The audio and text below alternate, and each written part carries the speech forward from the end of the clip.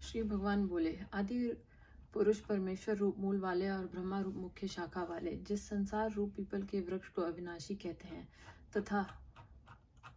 वेद जिसके पत्ते कहे गए हैं, उस संसार रूप वृक्ष को जो पुरुष मूल सहित तत्व से जानता है, वह वेद के तात्पर्य को जानने वाला है।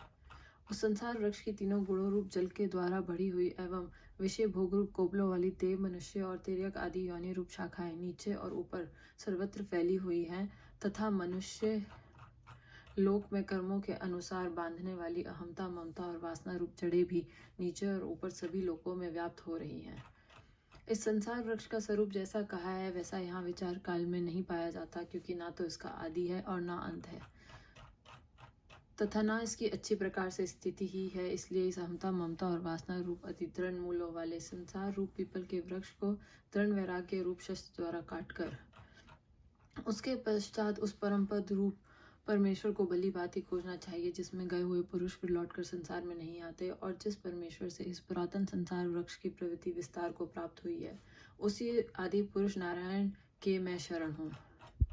इस प्रकार दृढ़ निश्चय करके उस परमेश्वर का मनन और निध्यासन करना चाहिए, जिसका मान और मोह नष्ट हो गया है, जिन्होंने आसक्ति रूप दोष को जीत लिया है, जिनकी परमात्मा के स्वरूप में नित्य स्थिति है और जिनकी कामनाएं पूर्ण रूप से नष्ट हो गई हैं, वे सुख दुख नामक द्वंद्वों से विमुक्त ज्ञानी जन उस अविनाशी परम पद को प्राप्त होते हैं। जिस परम पद को प्राप्त होकर मनुष्य लौटकर संसार में नहीं आते, उस स्वयं प्रकाश परम पद को ना सूर्य प्रकाशित कर सकता है, ना चंद्रमा और ना अग्नि ही, वही मेरा परम धाम है। इस देह में यह सनातन जीवात्मा मेरा ही अंश है और वही इन प्रकृति में स्थित मन और पांचों इंद्रियों को आकर्षण करता है। वायु गंध के स्थान से गंध को जैसे ग्रहण करके ले जाता है, वैसे ही देहादि का स्वामी जीवात्मा भी जिस शरीर का त्याग करता है, उससे इन मन सहित इंद्रियों को ग्रहण करके फिर जिस शरीर को प्राप्त होता है उसमें जाता है। यह जीवात्मा श्रोत, चक्षु और त्वचा को तथा रसनाग्राण और मन को आश्रय करके अर्थात इन सब के सहारे से ही विषयों का सेवन करता है। शरीर को छोड़कर जाते हुए को अथवा शरीर में स्थित हुए को अथवा विषयों को भोगते हुए को, इस प्रकार तीनों गुणों से युक्त हुए को भी अज्ञानी जन नहीं जानते, केवल ज्ञान रूप नेत्रों वाले विवेकशील ज्ञानी ही तत्व से जानते हैं। यत्न करने वाले योगी जन भी अपने हृदय में स्थित इस आत्मा को तत्व से जानते हैं, किंतु जिन्होंने अपने अंतःकरण को शुद्ध नहीं किया है, ऐसे अज्ञानी जन तो यत्न करते रहने पर भी इस आत्मा को नहीं जानते।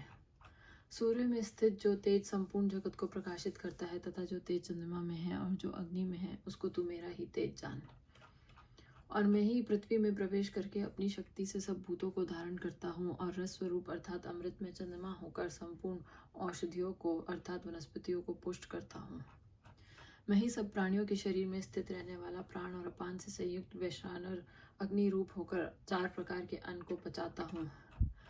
मैं ही सब प्राणियों के हृदय में अंतर्यामी रूप से स्थित हूँ तथा मुझसे ही स्मृति, ज्ञान और अपोहन होता है, और सब वेदों द्वारा मैं ही जानने के योग्य हूँ तथा वेदांत का कर्ता और वेदों को जानने वाला भी मैं ही हूँ। इस संसार में नाशवान और अविनाशी भी ये 2 प्रकार के पुरुष हैं। इनमें संपूर्ण भूत प्राणियों के शरीर तो नाशवान और जीवात्मा अविनाशी कहा जाता है। इन दोनों से उत्तम पुरुष तो अन्य ही है, जो तीनों लोकों में प्रवेश करके सबका धारण पोषण करता है, एवं अविनाशी परमेश्वर और परमात्मा इस प्रकार कहा गया है। क्योंकि मैं नाशवान जड़वक क्षेत्र से तो सर्वथा अतीत हूँ और अविनाशी जीवात्मा से भी उत्तम हूँ, इसलिए लोक में और वेद में भी पुरुषोत्तम नाम से प्रसिद्ध हूँ। भारत, जो ज्ञानी पुरुष मुझको इस प्रकार तत्व से पुरुषोत्तम जानता है, वह सर्वज्ञ पुरुष सब प्रकार से निरंतर मुझ वासुदेव परमेश्वर को ही भजता है। हे निष्पाप अर्जुन, इस प्रकार यह अति रहस्य युक्त गोपनीय शास्त्र मेरे द्वारा कहा गया, इसको तत्व से जानकर मनुष्य ज्ञानवान और कृतार्थ हो जाता है। ओम जय भगवद गीता।